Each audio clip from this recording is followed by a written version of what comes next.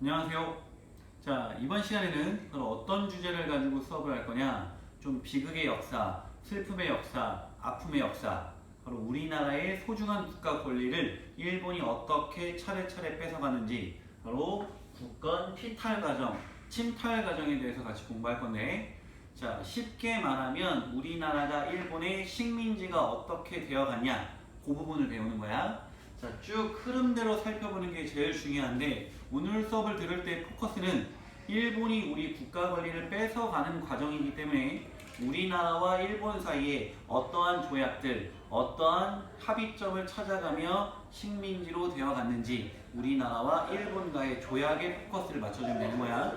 자, 먼저 보면 1900년대 들어서자마자 일본은 영국과 손을 잡아. 그게 바로 1차 영일동맹인데, 자, 두 나라가 왜 동맹이 되냐? 그렇지, 싫어하는 나라가 같았지. 바로 러시아. 당대 러시아의 라이벌 국가 영국, 그리고 조선을 둘러싼 최후의 일본 라이벌 러시아. 그래서 영국과 일본이 서로 손을 잡는 거지. 자, 그래서 일본은 영국이라는 든든한 친구가 생김에 따라 열심히 전쟁 준비를 해. 그리고 마침내 1904년 조선을 둘러싼 최후의 쟁탈전, 바로 러일 전쟁이 시작되게 되는 거지. 자, 이 러일 전쟁이 시작됐을 때 대부분의 전문가, 대부분의 사람들은 누구의 승리를 점쳤냐? 러시아의 승리를 점쳤지. 전력이 워낙 압도적이었으니까. 하지만 전쟁 준비 열심히 했던 일본의 전력은 생각보다 강했던 거지. 자, 일본이 전쟁에서 유리해져 가는데 주요 전쟁터가 어디였냐? 바로 주요 전쟁터는, 자, 이렇게 우리나라 지도를 간단히 그렸을 때, 자, 러일 전쟁이 주된 전쟁터는 바로 이 만주 대륙이었어. 그러다 보니 효과적으로 일본의 전쟁 물자를 이 만주 지역으로 옮기려면 우리나라를 거쳐가는 게 되게 중요했지.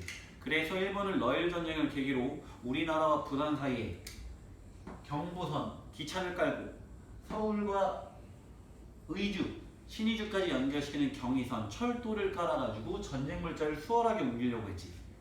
그리고 우리나라 보고 뭐라 그랬냐? 야, 조선, 니네 나 좀 도와줘야겠다 라고 하면서 강압적으로 맺었던 조약이 바로 한일 의정서라는 조약이야. 이 조약이 맺어진 계기가 러일 전쟁이기 때문에 전쟁과 관련이 있거든. 그래서 바로 우리나라 군사적 요충지, 우리나라의 군사시설을 일본 애들이 언제든 자유롭게 점령하고 사용할 수 있다라는 조항이 들어가 있지. 자, 그리고 러일 전쟁에서 우리는 중립을 선언해. 누구 편도 들지 않겠다는 거지. 하지만 일본이, 야, 엄마, 니네 왜 누구 편 안 들어? 닥치고 일본 편 들어. 우리나라 외교 간섭까지 이루어지는 거지. 이것이 바로 한일 의정서. 자, 그리고 점점 어느 나라가 전쟁에서 유리해진다라고 해서 일본. 그래서 일본이 점점 전쟁이 유리해지자 1904년 8월, 야, 한국 나랑 조약 하나 또 체결하자 라고 하며 했던 조약이 1차 한일협약. 자, 1차 한일협약의 포인트는 전쟁에서 유리해져 가는 일본이 우리나라에 대한 영향력, 압박을 더욱더 강화시키는 내용이거든. 그 첫 번째 내용이 바로 고문정치야. 자, 이 고문정치가 뭡니까? 우리 옛날에 배웠었지. 임오군란 끝난 다음에도 청나라가 우리나라에 고문 보내서 우리나라 내정 간섭했잖아. 똑같은 거지. 일본도 우리나라에 고문을 파견하는 거야. 자, 조선, 니네 나라 무슨 일 결정할 때 내가 보낸 고문에게 묻고 허락받고 일을 진행해. 그래서 두 명의 고문, 스티븐슨이라는 친일파 미국인과 일본인 메가타를 보내는 거지. 각각 외교 관련 일, 재정 관련 일은 얘네한테 묻고 허락을 구해야 돼. 서로 점점 우리나라 내정 간섭을 심하게 당하고 있는 거지. 이것이 1차 한일협약.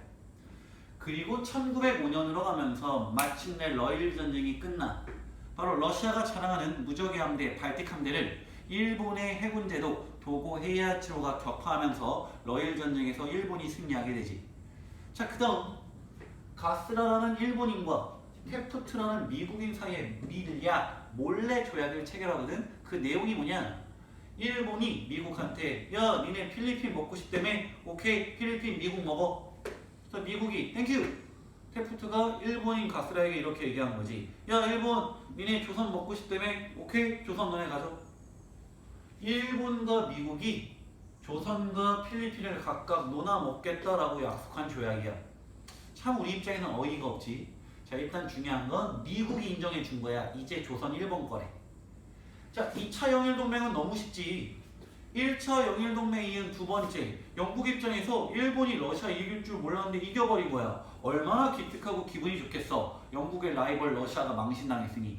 영국이 얘기한 거야. 일본 고생했다. 조선 니네 먹어. 자, 포츠머스 조약은 러일 전쟁이 끝난 다음 러시아와 맺은 조약이야. 당연히 러시아는 전쟁 졌으니까 인정해줘야지. 이제 조선 누구 거? 일본 거.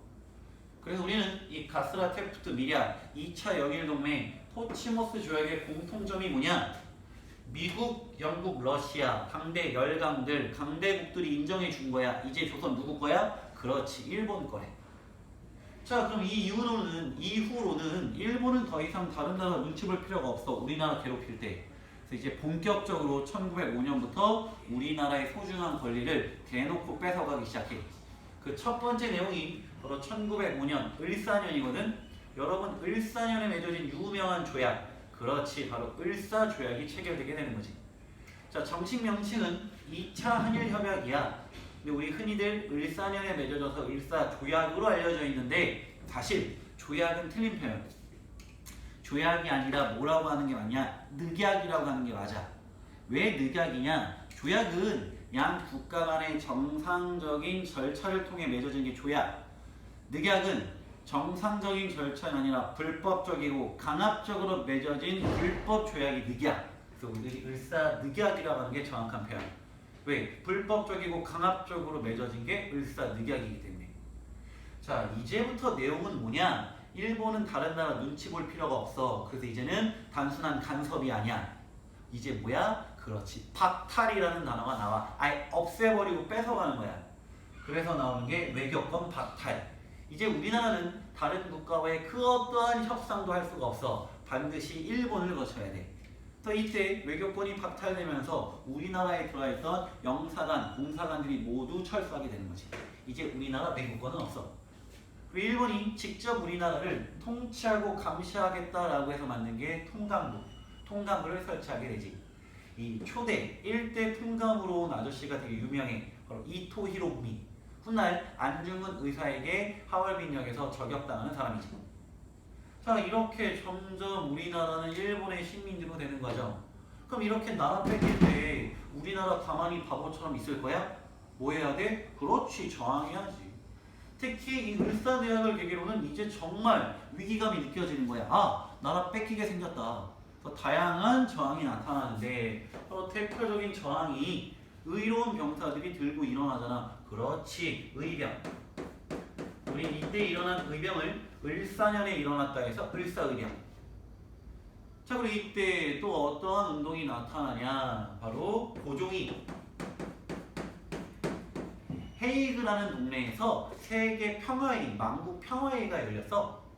자, 이 헤이그에서 만국 평화회의가 열린 건 1907년인데 이 1907년에 고종이 헤이그 이 평화회의 자리에 우리나라 특사를 보내.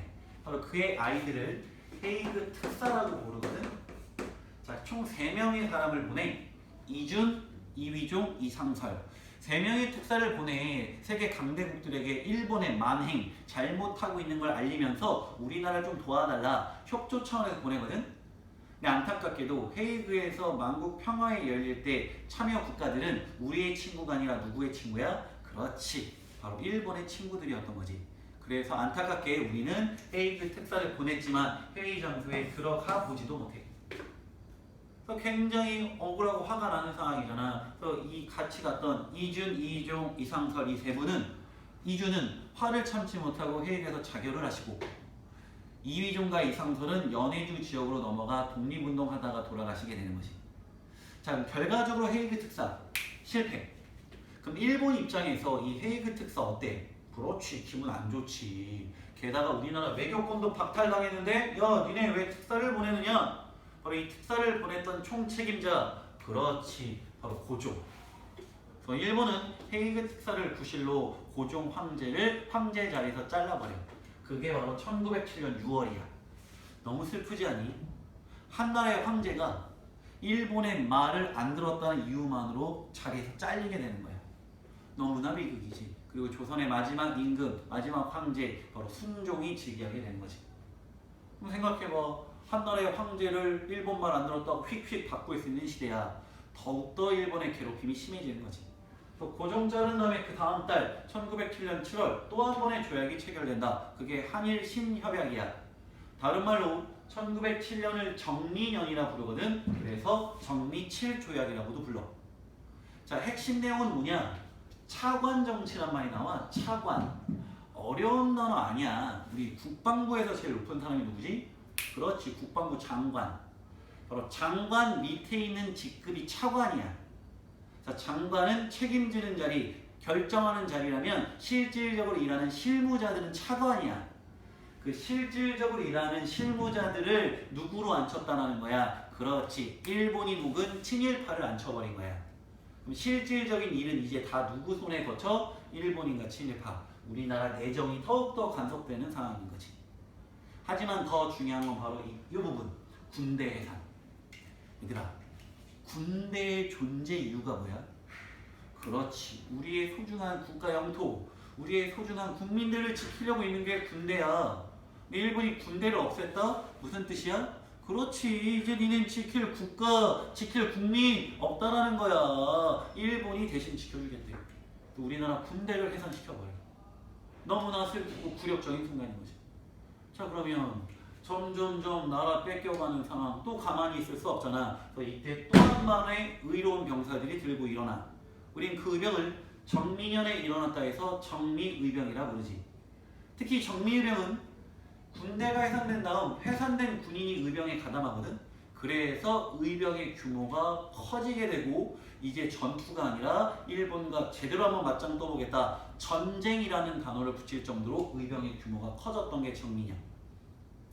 자, 이어서 1907년 일본은 아주 신이 났어. 군대도 없애고 황제도 잘라버리더니 이상한 법들을 제정해. 신문지법과 보안법. 우리나라 언론 탄압하는 거지. 보안 지키겠대. 일본 입장에서 지키겠다. 즉 일본에게 도전하는 항일 운동하는 애들 잡아들이겠다고 만든 법들. 자, 그럼 여기까지 봐봐. 이제 군대도 없어. 할 수 있는 것도 점점 줄어들어. 그리고 1909년 기후년이거든. 이때 우리가 기후각서라는 걸 적어. 내용은 기가 막혀. 사법권 박탈. 이제 우리나라 그 어떠한 재판도 할 수 없어. 일본이 나가는 거야. 경찰권 박탈. 이제 우리나라 경찰 운영 못해. 일본이 대신 경찰 업무를 다 가져가는 거야. 자, 이제 봐봐. 우리나라 가지고 있는 게 없네. 외교권 박탈. 황제도 잘려. 군대도 없어져. 사법권 박탈, 경찰권 박탈, 해산 박탈. 이제 남아있는 게 없어. 그리고 마침내 1910년 경술년이라고 불리거든. 바로 1910년 8월 29일 경술 국치일, 국가 치욕을 당하는 날. 바로 우리나라가 지도상에서 사라져버린 거지. 한국과 일본이 하나의 나라가 됐대. 한일 병합이 이루어지는 거야. 바로 국권을 완전히 잃게 되는 연도지. 사실 디테일한 내용은 1910년 8월 29일 날 발표만 됐던 거지, 일주일 전이 1910년 8월 22일 이미 한일 병합 사인은 끝나. 바로 이완용을 비롯한 이런 일본에게 자기 나라를 갖다 바치는 놈들 때문에 결국 이런 일이 벌어지는 거지. 근데 얘들아, 을사늑약도 그렇고 한일 병합도 그렇고 그 이루어지는 과정이나 절차나 찍혀있는 옥새로 봤을 때 모두 다 불법적인 조약들이야. 그래서 사실은 무효야. 자, 이 사실 알고 있으면 좋을 것 같아. 하지만 현실은 일본에게 나라는 뺏기게 되는 거지. 그리고 일본은 본격적으로 우리를 이제 식민지배 국가잖아. 그래서 통감부를 더 확대시켜 이름을 조선총독부로 바꾸게 되는 거지. 심지어 이 조선총독부 건물을 어디다 짓냐? 우리 임금님이 사는 곳, 경복궁. 이 앞에 콘크리트 건물을 크게 져. 이게 바로 조선총독부야. 왜 위치도 하필 여기다 지었냐? 참 디테일한 애들이야. 풍수지리에 입각해서 경복궁으로 흘러 들어가는 땅의 기운을 막아버리겠다라고 해서 위치도 저기다 지어버려. 너무나 슬픈 일인 거지. 바로 1910년부터 본격적인 일본의 식민지배 시기, 일제강점기로 들어가게 되는 거지. 자, 오늘 수업의 포인트는 일본에게 나라를 뺏겨가는 과정, 국권 피탈 과정이야. 자, 공부할 때는 우리나라, 일본 사이에 맺었던 조약들, 한일 의정서, 1차 한일 협약, 2차 한일 협약, 을사늑약이지. 그리고 한일 신협약, 정리 7조약이라고도 불리고 기후각서, 한일 병합 이 과정의 스토리 라인을 잡고 있어야 된다는 거. 그리고 각 조약의 핵심 내용들, 뭐 고문 정치, 외교권 박탈, 군대 해산 이런 내용들을 구별할 수 있는가 이런 거에 포커스를 잡아주면 충분히 여러분이 혼자 공부할 수 있는 부분.